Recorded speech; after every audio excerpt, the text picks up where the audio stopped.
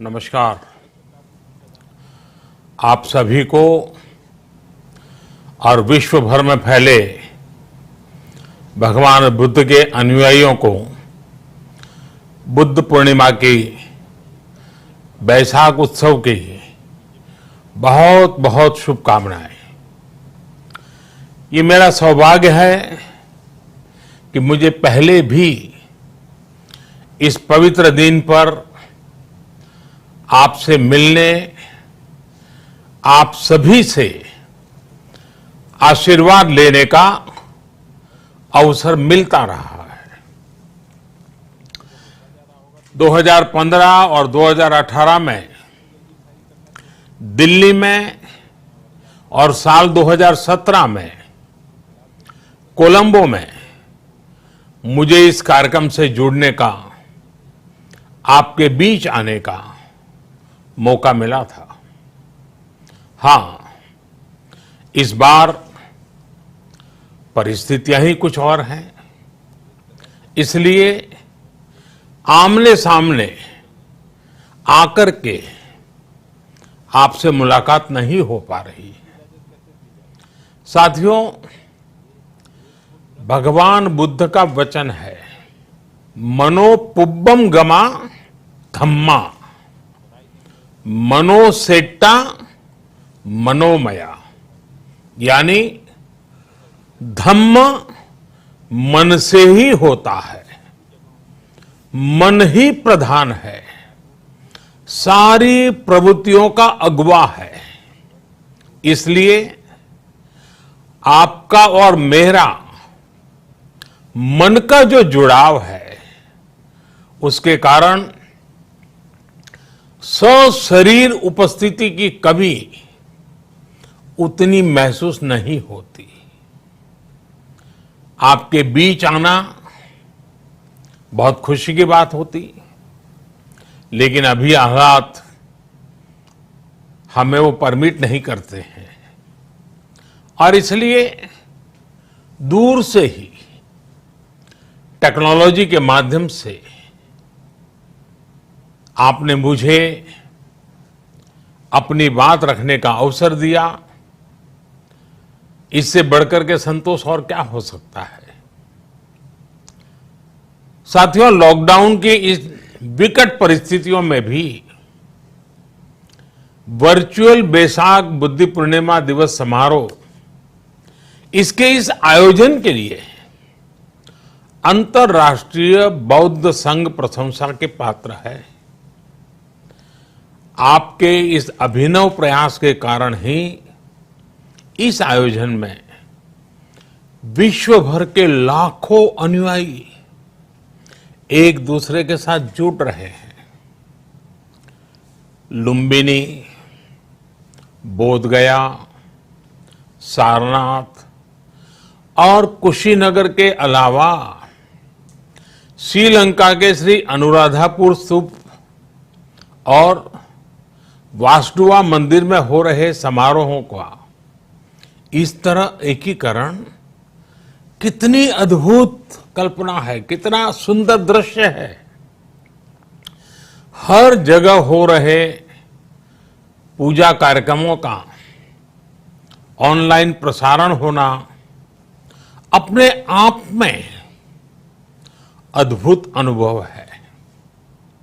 आपने इस समारोह को कोरोना वैश्विक महामारी से मुकाबला कर रहे पूरी दुनिया के हेल्थ वर्कर्स और दूसरे सेवा कर्मियों के लिए प्रार्थना सप्ताह के रूप में मनाने का संकल्प लिया है।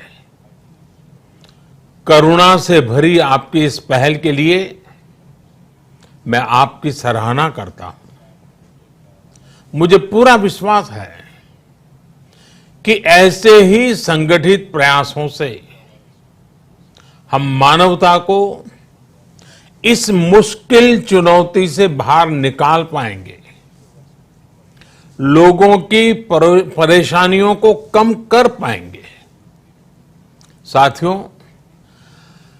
प्रत्येक जीवन की मुश्किल को दूर करने के संदेश और संकल्प ने भारत की सभ्यता को, संस्कृति को हमेशा दिशा दिखाई है।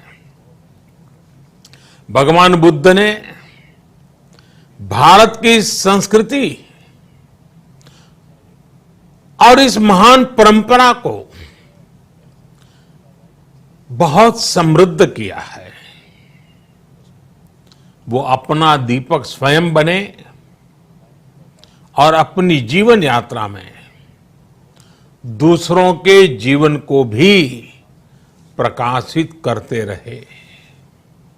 और इसलिए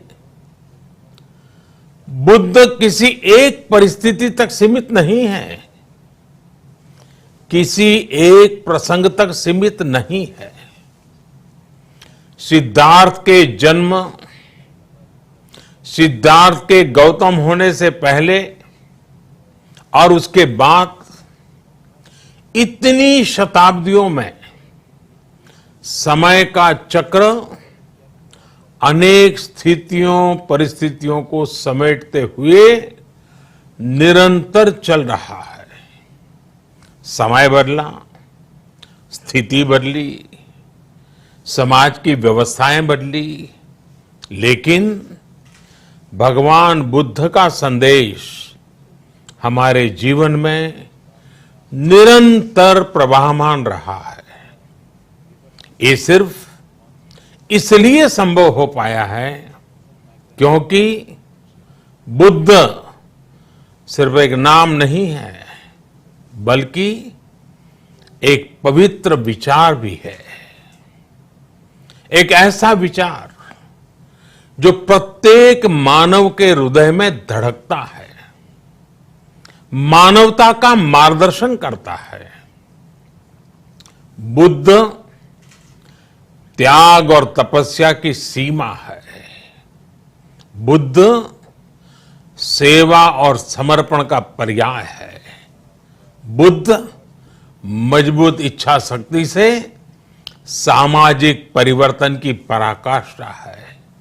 बुद्ध वो है जो स्वयं को तपाकर, स्वयं को खपाकर, खुद को न्योछावर करके पूरी दुनिया में आनंद फैलाने के लिए समर्पित है। और हम सभी का सौभाग्य देखिए, इस समय हम अपने आसपास ऐसे अनेकों लोगों को देख रहे हैं जो दूसरों की सेवा के लिए, किसी मरीज के इलाज के लिए, किसी गरीब को भोजन कराने के लिए, किसी अस्पताल में सफाई के लिए, किसी सड़क पर कानून व्यवस्था बनाए रखने के लिए 24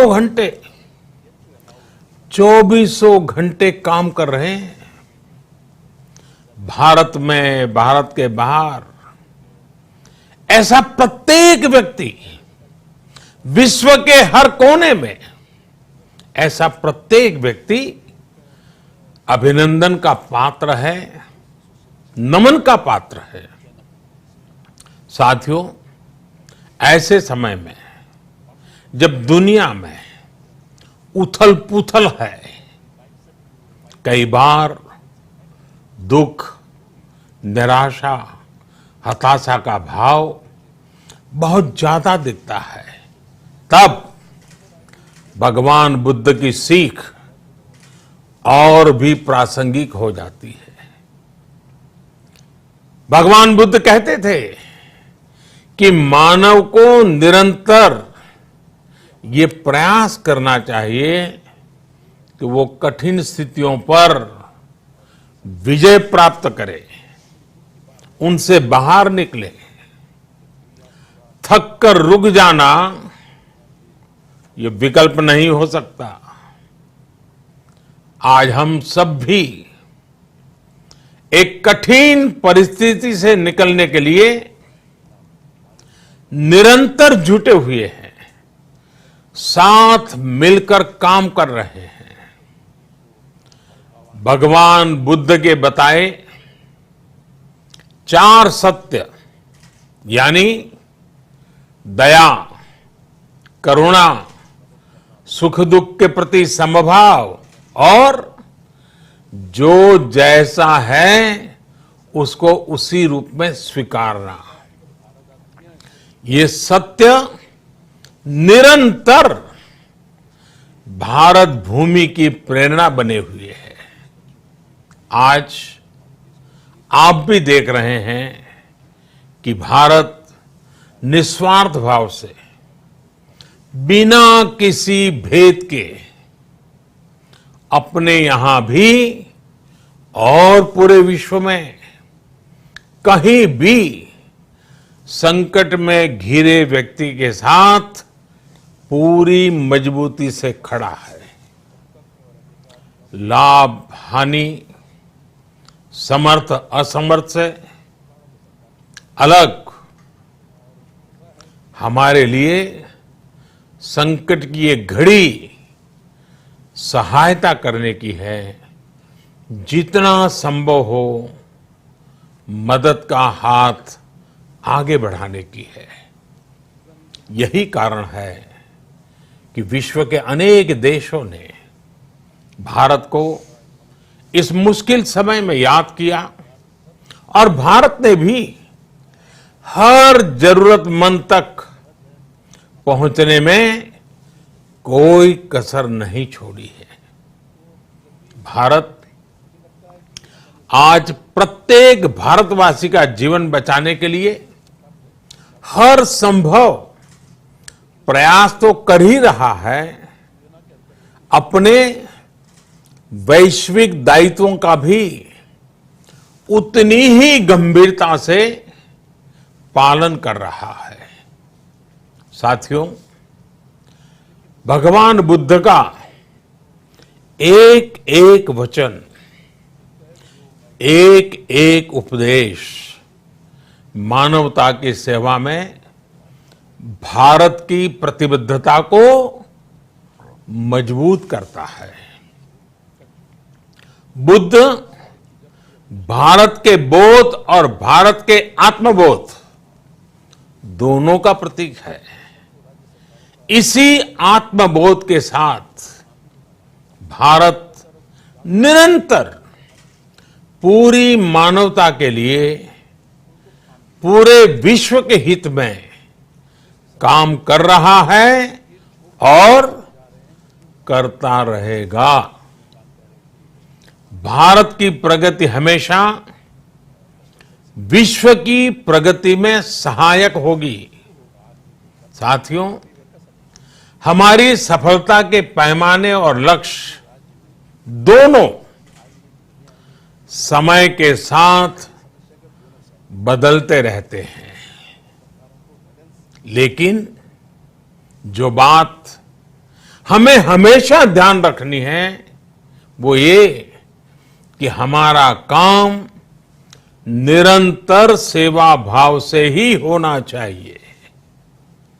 जब दूसरे के लिए करुणा हो, संवेदना हो और सेवा का भाव हो तो ये भावनाएं हमें इतना मजबूत कर देती हैं कि बड़ी से बड़ी चुनौती से आप पार पा सकते हैं।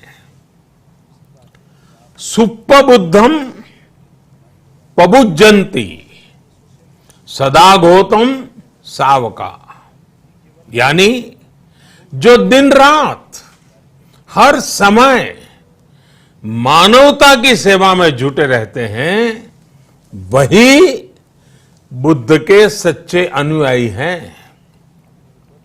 यही भाव हमारे जीवन को प्रकाशमान करता रहे, गतिमान करता रहे। इसी कामना के साथ आप सभी का बहुत बहुत आभार।